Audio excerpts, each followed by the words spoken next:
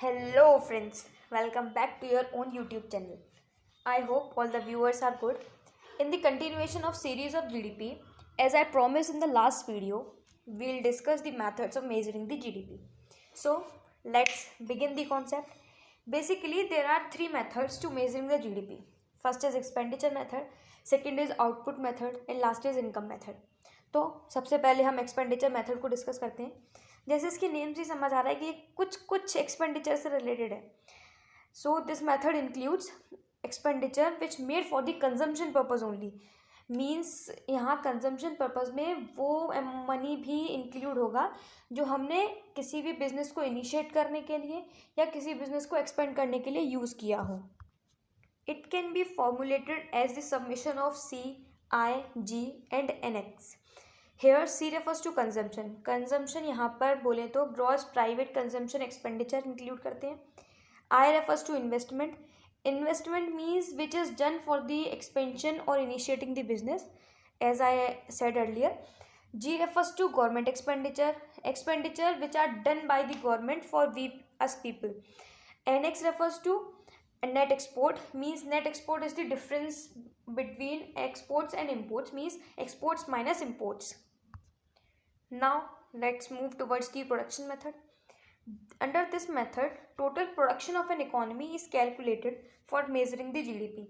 In other words, I should say किसी भी country में फाइनेंशियल ईयर में जो भी प्रोडक्शन हुआ है उसे हम जीडीपी कैलकुलेट करने में यूज़ करते हैं. And the formula for calculating the GDP through this method, means production method, is total sale of commodities in particular financial year plus closing stock minus opening stocks. अब कुछ लोग सोच रहे होंगे what is closing and opening stock. Don't worry, बताती हूँ.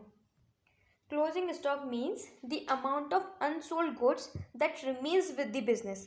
अगर easy words में बोलूँ तो अकाउंटिंग ईयर का वो बचा हुआ स्टॉक जो सेल नहीं हुआ, जबकि ओपनिंग स्टॉक उस स्टॉक को बताता है जो लास्ट अकाउंटिंग ईयर का बचा हुआ स्टॉक था, जो करंट अकाउंटिंग ईयर की स्टार्ट होने में कंपनी के पास ऑलरेडी था. I hope the concept is being clear to all. So now it is the time to move towards income method. Income method includes all the income earned by the citizen of an economy. It can be calculated by adding CE, OS, CFC and production tax minus subsidies. Production subsidies यहाँ पर. Here CE refers to compensation to employee. That includes all the money which is spent on the employees for hiring them. OS refers to operating surplus. In other words, I can say it is profit. CFC means consumption of fixed capital. I can say a single word for it, that is depreciation. And production tax वो tax जो किसी भी commodity को produce करने के लिए government लगा रही है. एंड प्रोडक्शन सब्सिडीज़ वो जो गवर्नमेंट प्रोवाइड कर रही है किसी भी प्रोड्यूसर को एक कोई पर्टिकुलर कमोडिटी प्रोड्यूस करने के लिए. अभी ऊपर मैंने मेंशन किया that income earned by the citizen of an economy, यानी कि जो सिटीजन्स हमारी इकोनॉमी के हैं, अगर वो बाहर जॉब कर रहे हैं लेकिन उनके पास सिटीजनशिप इंडिया की है, तो वो जो अर्न कर रहे हैं इनकम मेथड के अकॉर्डिंग वो हमारी कंट्री की जीडीपी में इंक्लूड होगा. समझ रहे हो? बस आज का लेक्चर यहीं तक. Thank you so much for patience hearing. That's all about this GDP measuring methods. तो मिलते हैं छोटे छोटे नए कॉन्सेप्ट्स के साथ. तब तक के लिए जय हिंद.